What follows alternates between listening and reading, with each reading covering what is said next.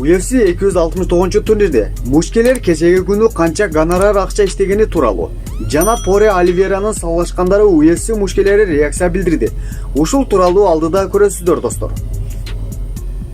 Ислам Махачев: Куттуктан Чарльз Оливейра. Мен баргы чейин ал жерде бол. Гилберт Бьорнс: Вау, Чарльз чыныгы монстр. Хабиб Нурмагомедов: Куттуктан чемпион. Сен бул нерсеге татыктуусуң. Белал Мухаммад: Чарльз абдан мыкты.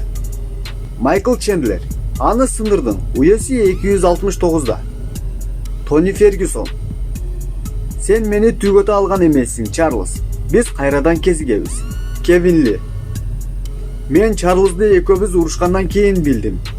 Жана бул UFC 269-турнирде мушкелер канча акча иштегенин гонорарын айта турган болсом, Чарльз Оливейра $492,000 иштеген. Кошумча $50,000 бонус алды. Ал эми $20,000 Дастин Пореге берет.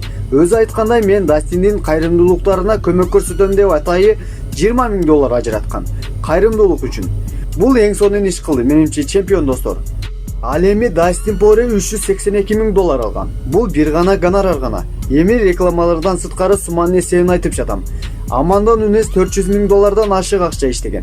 Жазылып турган мушкелердин гонорарын токтотуп көрүп алсаңар болот кызыккандар үчүн.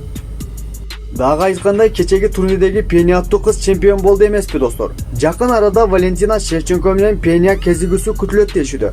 Аманда Нунеске буга чейин 2 жолу Шевченко утулган эле.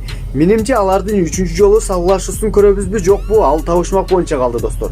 Алардын 3-чү жолу Нунес менен Шевченконун салгылашуусун көпчүлүгү күткөн. Мындан ары эмне болору жакынкы арада билип алабыз достор. Эгерде каналда жаңы болсоңуз достор, каналга катталыңыз сөзсүз түрдө. Биз кайрадан жолугабыз кийинки роликте. Аман болуңуздар.